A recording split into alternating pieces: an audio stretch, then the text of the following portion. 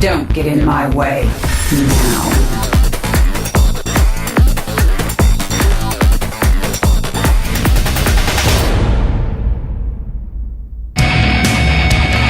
Welcome back to the GSTL, where Jockji is the last leg for NS Host on the final player. He's going to have to go through 2 Fnatic players before his team will achieve victory, if it does at all. Fnatic is currently in the lead, of course, and we are going to find out if Bjal is able to take down Jockji after he just defeated Tacita. Here we have the 2 players. It's going to be a Zerg versus Terran. Bjal really good in this matchup. And Muspelheim is actually the map. And I'm looking at my sheet and I'm like, I apparently forgot to write down a map. I didn't think Muspelheim was even in the pool. I'm surprised by this. But I think it was probably replaced then, or Metropolis was replaced by one of these newer maps. Metropolis was actually imbalanced. It's like the least balanced map we've ever had. GSL was less balanced than Steps of War according to statistics. I feel really silly right now, and I apologize to you guys. Usually before we start our GSTL matches, I write down all the maps and cross them out as soon as they have been played. And when I wrote them down today, I actually did not look at the lineup and just wrote them out from It's like memory. my fault, man, because you asked me, like, is Muspelheim in? And I was like, no, I don't think so. It's like, oh, it comes back to Wolf, it's all Wolf's fault. Nah, we should have actually have double-checked. I'm really sorry, guys. So our talk earlier about the maps is a little bit, well... It's been made obsolete. Exactly. So at this point, let's have a look at the game between Jockji and Bjal here at the GSTL. Almost.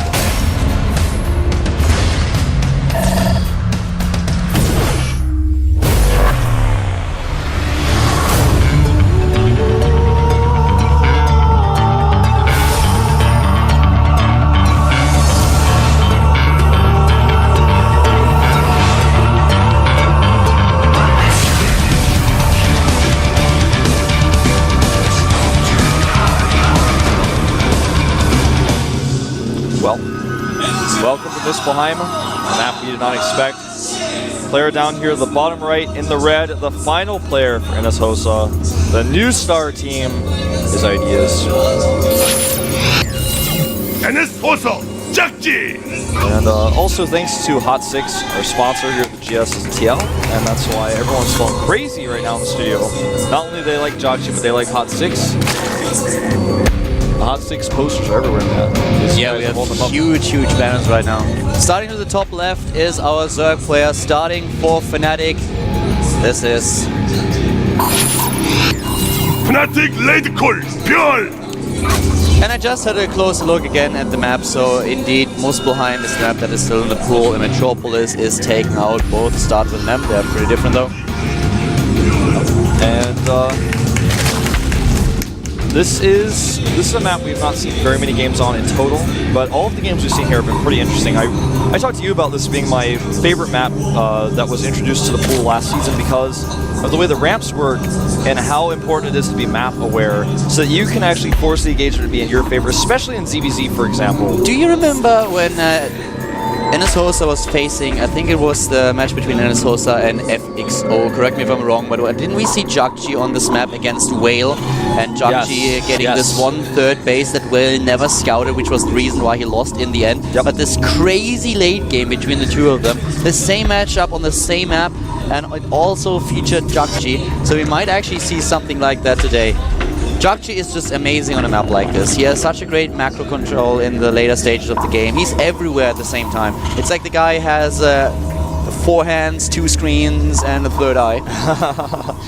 You know what's funny about this map, actually, is it's good for a Terran. It's got a 3rd base where you can put a command center there and lift into your main if things get nasty. And the Zerg doesn't want to take that 3rd base because even though it's slightly closer in some ways, it's closer to their opponent, so it's easier to be attacked. The 3rd base, if you take it normally, the one that Zerg has, it's a little bit far away, so you have to spread your creep very far over there. It's a little bit further than a map like Daybreak, for example, to take your 3rd on. And also there's a lot of ramps on this map, which makes it hard to use the staple units of Zerg, the Zerglings and Banelings, of course, going up those ramps. This is probably going to be a really epic game. Byal these days is just so good. We've seen his start earlier against Scalp already, one of the Terran players in the lineup of NSOSA. Now he's playing against the last Terran player and the last player in the roster itself. So after taking down 2 opponents already, he's faced with the boss of his opposing team. The final boss with Jagji, a great player who starts now with his factory and is of course starting with the Hellions. We'll see if he transitions into the Banshee, is something that we see so often these days, to force back creep, to put pressure on the additional queens that Byal is most likely going to build in order to make his creep spread work. This is going to be a great game. It really will be. I think the dynamics of this map are definitely going to come into play as well. Now, the Zergling is moving out now on the map to try to make sure that nothing fishy is going on. He's got an Overlord coming around the right side as well. He's not going to know what Jagji's plan is. How many Hellions will Jagji make? Will he switch and do fast siege tanks? I'm sorry, I just lost my train of thought. I was trying to explain something really complicated about switching into fast siege tanks. What I want to say is basically how many Hellions he's going to make. Will he make Banshees at all? Because we saw that cut out earlier. And we have more than faster third base here though, so he goes for a pretty early third command center instead of starting his tech right away, but now there's the starport a little bit delayed here, but will we see the tech lab? Really likely, yeah, that's the second gas too. Yeah, he still doesn't have that tech up, but he doesn't have to yet. He's got a little bit more time before he there it is. And a nice bunker placement down at the bottom. What you always want to do is to build a bunker in a position where you can not only take care of incoming Zerglings that try to take down harvesters in the mineral line, but you also want to control the ramp itself. So that's why the bunker placement in this position is really awesome. The third base coming up now for Byal, and he most likely will go for the Infestor play once again. I would be surprised to see Mutalisk. You can make them work on this map, but it's usually something that you want to avoid these days against Terran. Depending on the map, there's still a valid option that you can choose, but Infestor is just so much safer. It's just a ton safer. Hellions get some good at scouting information, but he's not actually really going to commit to attacking with them too much. In fact, the factory's already being switched here. A newer trend ever since the Queen patch. People have been making fewer and fewer Hellions, unless they're going for a Hellion-centered build. He's going for the faster E-bays to get those upgrades up. But the Zerg player, Byal, is actually starting his upgrades first. Only Carapace though, no melee attack upgrade just yet. Doesn't have the gas quite yet, and there he starts it. Banshee is done with double engineering bay, of course also the upgrades here for Byal as mentioned, and the Spore Crawlers in his main base to be super safe here. He expects a couple of Banshees from his opponent, and he's just making sure that he's not dying. A very safe play and safe opening by Byal here. Both of them just starting to gear up for late game. We don't have any kind of really weird and aggressive timing going on. It's just both of them showing that they really want to take this into a long macro game, and exactly what we expected earlier when we talked about this match. Yes. The layer tech starting, everything that you would expect, so the transition is something that we will see from Byal fairly soon, and most likely it's going to be the Infestors that we talked about. The Banshee will not do too much damage to the economy of Byal, but at the same time it can now be used to just force the creep a little bit back, and also of course pressure these additional things that we talked about. A nice position here on the Banshee, takes out 2 drones, eats a shot from the Spore, but doesn't lose it, and gets away. Didn't commit to the Cloak, which is so critical, and he's very quickly switches his starport onto the reactor. He's only making a Viking right now, but 3 reactors go down. His production is really about to sink in because he's going to have so many Marines coming out at a time. Plus, the third base is landing. It's going to hit in. He's going to be able to add more barracks if he wants to. A second factory will be likely added very soon as well. Not a lot of fights going on so far, just both of them testing the waters a little bit, just trying to poke, especially Jagji of course with his Banshee. But now we have actually the Spire for Byal. Not really what I expected, but still, as mentioned earlier, you can make it work on the map, but you have to be careful. There's a lot of dead space between those 2 bases at the bottom right that you can use to your advantage, but at the same time escaping is not as easy. So I'm a little bit surprised here that we actually have the Spire transition and don't see an infestation bit, because so many Terran players these days just know exactly what they need to do. As soon as this is identified by Jagji, he will start with his missile turrets, and he will also start with the armory so that he can build these Thors that he needs in order to make sure that the Mutals are just not circling the army, trying to look for the openings and then snipe a tank or a medivac. Yeah. And there he is already. And the armory goes down. This is not only going to be for that, but actually it's very significantly late for the upgrades for 2-2 because his opponent's already started +2 Carapace. And he has really been prioritizing that Caribou upgrade over his melee upgrades. What he just said is, of course, really important. I think the way that I actually said it looked more like he was only going to get the armory for the Thors, but that's of course not the case. He needs it for +2/+2. And he doesn't know that the Mutalisk transition is underway right now yet either, so he's not even making Thors. And he's just going to grab that Overlord and probably get out. He wants to trade with his things, it looks like. Pretty decent trade. 10 Mutalisks are being built now, and it certainly looks like Jagchi doesn't have a clue what's going on here. Yeah, he didn't see the Spire with his drop either, which is really important. He has no idea. And as said earlier, it's not really something that you would expect on this map. You would rather think that your opponent is once again going for the Infestor, so will he actually be able to spot the Spire at some point and then prepare, or will the Mutalisk just completely blindside him? The Mutalisks are actually there, but he hit them. He's not even moving in to take down this drop right just now. He just waits for the rest of his Mutalisks, and now he's moving in with 10 of them, kills the drop, and then he will move on. And I don't think that the missile turrets will actually be in a position. It doesn't look like it. He did lose one Muta trying to do that, but the Mutalisks are actually not trying to take charge and to take this timing. yeah, No, they're not, and they're going to miss it. 5 turrets are on the way, and he will actually have those up in time since the Mutas didn't fly straight across the map. He wants to go and kill other drops that he may find on the map as well. Well, actually, I like this a lot, what Bjal is doing, and I can tell you exactly the reason why. He is not going to commit to this Muta style that we talked about. No, he transitioned right after the Spire into Infestation Pit. So the Mutalisks that he has right now are baiting out turrets. They are trying to provoke a reaction from the Terran player. They are able to shut down the drop play quite significantly. He will look for holes in his opponent's defense, try to snipe a thing or two, but he has the map control right now. But he is not overproducing Mutalisks. He's getting the +1 attack upgrade, which also later on his Broodlords will be able to capitalize on. So that's a really cool style. That is really nice. Him committing to Mutalisk only, that would have really surprised me, but this is a compromise between the two builds, gives him a lot of flexibility, and it's really cool. It really is, and this is the fast Hive coming out here is going to be something that Josh is going to have to account for very soon. We're going to have Hive done before, for example, 3-3 is done for the Terran player, so it's going to be an uncomfortable for quite some time. Great control here, even saving that Queen. And he can now send just the Mutalisk to the top right and take down the medivac. That's what they're for. He does not have to rely on Infestors in order to just shut down the drop play. The 4th base, by the way, also something that he could delay, Bjal that is, because Jagchi now has to scan in order to kill this one Zergling that has been borrowed. And he's got a great position here, though, with the siege tanks. Unfortunately, though, they are taken out right away, and a great flank comes in with the Mutas as well. Uh-oh. Going in, the Zerglings and the Banelings, they are rolling, they're moving in, and Jagchi is in a bit of trouble here. Bjal is the one who finds himself at less supply, but at the same time he did a lot of damage. Yeah, he did a lot, and he's got that 4th base secured now. You know, the sign of a good Terran player is someone who actually has the ability to march on creep, get into good position, and fight a Zerg army. And that's exactly what Jagchi just did. Even though it was a good flank, he's still traded pretty cost efficiently. Now he's taking a supply lead, and the next wave is a big problem. And the production, of course, for a Terran player is also important, and Jagchi is doing everything right here at this point. He's trying to secure himself this 4th, and he was able to do it. Now we have a transition into Ultralists on this map for his opponent, for Bjal. And the Planetary is now being built for Jagchi, and being 4 base against 4 base is always a good thing for a Terran player.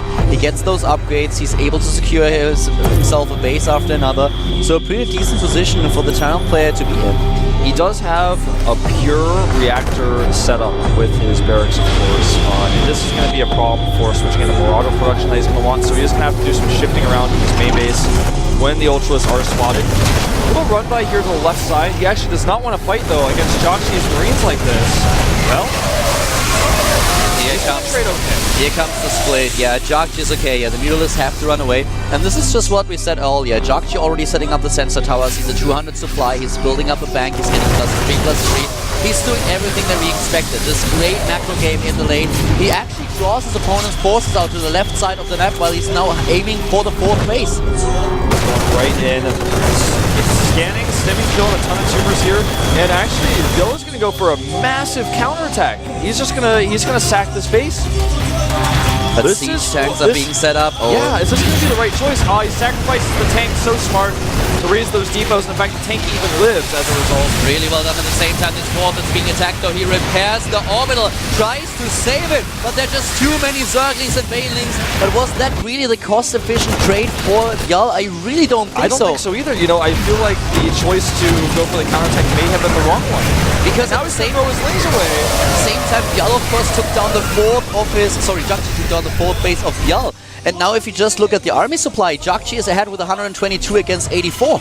And he's spotted the base of the top right as well. 2 Marines actually are going to kill it. Oh my god, Baneling bombs here, but not set off by He doesn't Yal. cancel the base of the top right, he just loses it. Yeah, he loses it, and now with the army supply advantage that Jakji has, he is actually moving out right now, trying to get in a good position. He has to fight with those Ultras now, though. And as you already mentioned, there are just no Marauders. He has to rely on those Marines, and here they come. Ultras taking a lot of hits. Yeah, taking a lot of hits, and the Marines stim, but they took no damage, and he's going to be able to, with this many medevacs out, he's got 12 medevacs on the map. He's just able to completely heal those Marines, like, instantaneously. And now Overlord's going to go down. Actually, he's going to find himself supply blocked after this, which is kind of a weird situation to find yourself in at 20 minutes into the game, but he's highly in the red here. He has to lose a lot of larvae on these Overlords, as well as minerals. When he doesn't have a bank, he's got only 100 minerals in the bank right now. And he's still on 3 bases.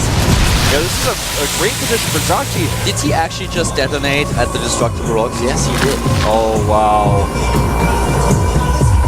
Unfortunate, I would say. Yeah, he actually detonated a lot on that. Jakji is just great in the late game, and you can see why.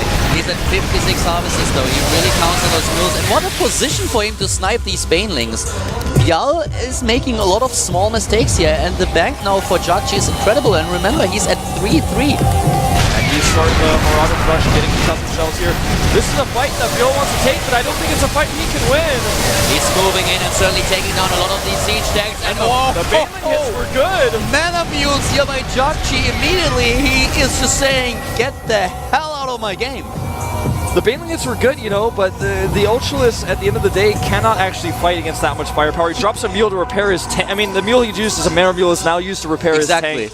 It was, he called down the mules, and it was of course also a sign to just bait Byali a little bit, but at the same time he's not just wasting them, no. He's using them to repair the siege tanks, which is so smart, something that we haven't actually seen for quite a while. Sometimes it happens as a Terran player use them straight in order to repair, but you can just see how Jakji is applying the pressure right now. He's in the position that pressures Byal and makes sure that he can't really get another base. He has this the third base up, but he doesn't really have the chance of getting this fourth right now. We can use some And help the mules actually got sent home to mine, and they're mining right now very happily, getting some extra minerals from those.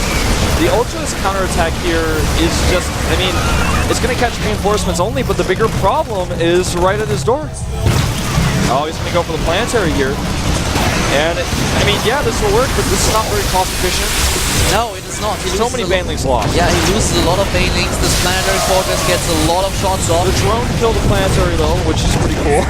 166 supply now against 140, and in army supply we have 70 to 123 in favor of Jakji, who is now once again in a good position and tries to aim for the third of his opponent. If he's able to take the third down, that would be devastating for Byal. Byal has to save this base. Has to, and I don't think he can. He's going to try. He's got the Ultras coming from the back and from the front, but the base is targeted. The Marines come back. He's going to clean up the army and get the base. GG.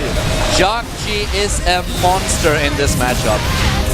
Do not let him get past that 20-minute mark, or he will kill you. Byal a little bit disappointed. Now it's going to either be Alive or Oz coming out as the final player. And I would say Alive, Terran versus Terran, really good. Oz recently has not looked as dominant. It has to be Alive here. It definitely has to be Alive. I mean, he is one of the players who states over and over again that he's comfortable in the Terran mirror match. So I would definitely use him over Oz in this situation. And the maps that are left are, well, actually we only have one map left, only Whirlwind, and we are going down to the final match here. Exactly, the final match with the Terran versus Terran, most likely. Most likely, yeah. I mean, it could still be Oz, but on Whirlwind, I would say that we will see Alive was being a little bit cheeky earlier. I think he's going to come out. I think he's going to have to be the final player here. You You know, Oz has come out last a lot, and usually he's failed in that case. We saw him actually come out last in PvP against IM when they were all killed, and he wasn't even able to take a win there for his team. So I think Alive is much more reliable in this case in TVT, and I don't know, it's either going to be Oz or it's going to be Alive. There's no other options. Right now, of course, Jockji has to take down another player, and I have to admit, guys, that when we started this cast today, I did not think that it would come down to a last map, especially when we saw that there was no Zerg on the bench of NSOSA. Yeah. But the players like Salvation and Scalp, they really came through for the team, and now once again, this burden on the shoulders of Jockji. And they have to build him a statue. He's looking strong, man. He's going to have a statue. He's going to need, like, I don't know, man. He's going to get the last slice of pizza tonight or something. Alive sitting to the top right, Oz to the top left. Oz moving a little bit with a smile, but Alive stands up and walks over. It is the Terran versus Terran that we expected. Oh, Bjal still sitting, lying in this booth, actually. It looks like his team really expected him to be able to take out Josh, despite the fact that he's got that great late game in TZ. Well, the map will be revealed soon. It's Whirlwind, though. Spoiler alert. Yeah, this time we're sure. We double-checked the map. Yes. Alive adjusting his headset, wants to make sure that it's very comfortable. Even though he's only going to be in the booth for one game, you don't want that thing to be right and pushing at your hair, because if you have the headset on and pushes at your hair, it starts to hurt after a while, and that's why sometimes when you take your headset off, you touch the top of your head, it feels a little bit weird. It pulls at your hair, you got to make sure it's adjusted properly. He actually looks at the camera for a second. Keep in mind that this is really the last chance for both of these teams to advance. It all comes down to one game. Yeah. It's Terran versus Terran, it's Alive versus Jockji, and it is a pretty awesome finish for this day.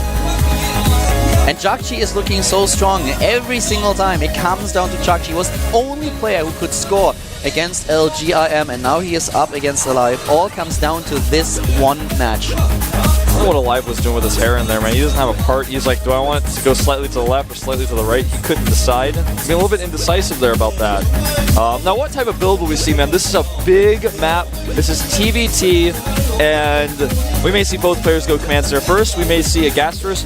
But since it's a 4-player map, proxies are very unlikely. Or you can almost rule them out as a possibility, because it's too big of a map. You don't know where your opponent is. Jockji looks a little bit worried here. He does, man. He really does. Oh, this is stressful. Really worried. He's like feeling his face. He knows how hot his face is. He's verified it with his hand. This is a really stressful situation that we are in right now. Down to the last game. 4-4 the score in this GSTL match right now. Fnatic against NSOSA. We're just waiting for Alive to enter the lobby, and then we can start the last match of the day and find out who is going to advance together with LGIM to the next round, the tournament, or well, the competition in general. Oh man. Alive declined, he's afraid. He is afraid. And even Jockji gave the afraid face. He was like, why did you decline? That's strange. But I think it's kind of funny, like, that we've gotten to this point now where we have two Titans playing each other in the final match that you and I didn't expect. And this is not just like a prelim match or a group stage match. This is like who gets into the GSTL. Do you know what I just realized? So far in the two matches that we've seen in the Team League, the only race that was able to score for NSOSA was Terran. It's Scalp, it's Salvation, and it's of course also Jockji. The only players that were able to score so far in both teams. On the other hand, for LGIM, we've only seen Protoss. Yeah. Very true. Good observation. Then we will probably have TSL, only Zerg. Guys, the game is balanced. The teams are balanced, man. No, the teams aren't balanced. The teams are not balanced. All right. Well, I just. And NSOSA is really Terran heavy right now. It looks like we have only Protoss for LGIM, just because nobody else is allowed to play. The first Protoss takes down the entire Fnatic team.